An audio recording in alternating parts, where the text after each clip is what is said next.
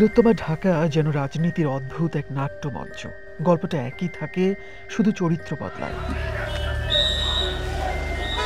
এই শহরের কোটি মানুষ অসহায় দর্শকের মতো শুধু তাকিয়ে থাকে, আবেগহীন, ভাবলেশহীন।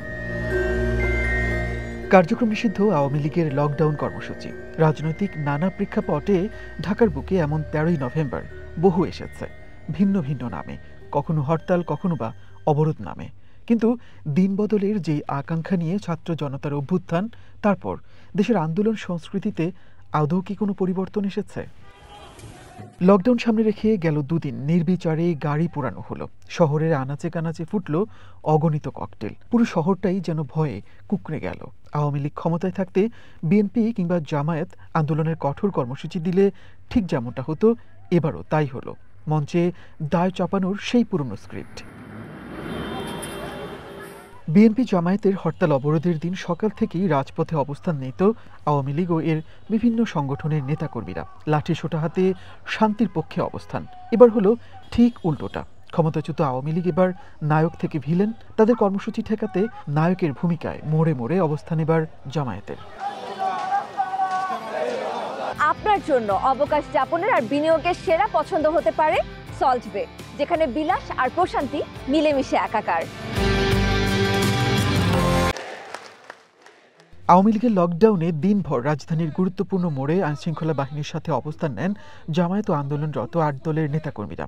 চলে মিছিল, স্লোগান। তাদের দাবি, নাশকতা ঠেকাতেই এমন অবস্থান। তারা অবস্থান গ্রহণ করতে এখানে, কিন্তু সেটাতে মানুষের ভোগান্তি সৃষ্টি হইতো। আমরা এখানে অবস্থান গ্রহণ করেছি যেন জনমানুষের চলাচলে কোনো সমস্যা সৃষ্টি না হয়, কারণ আমরা দেখেছি গতকাল বিভিন্ন জায়গায় তারা ককটেল ফাটিয়েছে, এতে মানুষের মধ্যে আতঙ্ক সৃষ্টি হয়েছে। আমাদের কর্মীরা কত সুশৃঙ্খলভাবে বসে আছে, রাস্তা আটকায় নাই, কাউকে কোনো হুমকি ধুমকি, কাউকে কোনো ব্যারিয়ার সৃষ্টি করছে না। আমরা আমাদের কর্মীদেরকে জনতার পাশে নিয়ে এসে দাঁড় করেছি। ওরা যা করছে আর আমরা যা করছি এটার মধ্যে অনেক তফাৎ আছে, রাত আর দিনের মধ্যে তফাৎ আছে। মাজার গেট এলাকাতেও লাঠিসোঁটা হাতে এমন অবস্থান দেখা গেছে। আওয়ামী লীগ ক্ষমতায় থাকতে ঠিক যেমনটা করত ছাত্রলীগ কিংবা যুবলীগের নেতাকর্মীরা। সময়ের ব্যবধানটা মাত্র 15 মাসের। ফেসবুক, ইউটিউব এবং ভারতে বৈশা যে ডাইরেক্টলি বলতেছে যে 13 তারিখ মানুষের ঘুম হারাম করবে, জানমালের ক্ষতি করবে।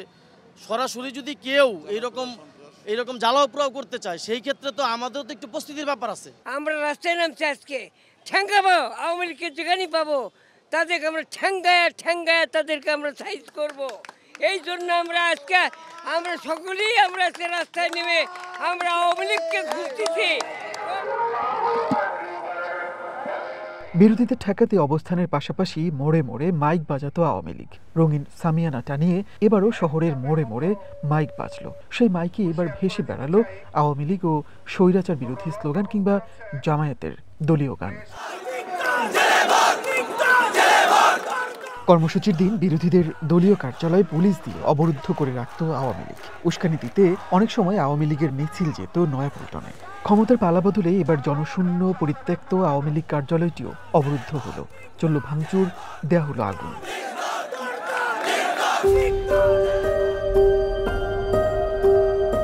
জনগণের জন্যই নাকি রাজনীতি? আওয়ামী লীগও কথায় কথায় জনগণের দোহাই দিত। এখনো যারা মাঠে তারাও দিচ্ছে, কিন্তু সত্যিকার অর্থে মানুষের কথা কি কেউ ভাবছে?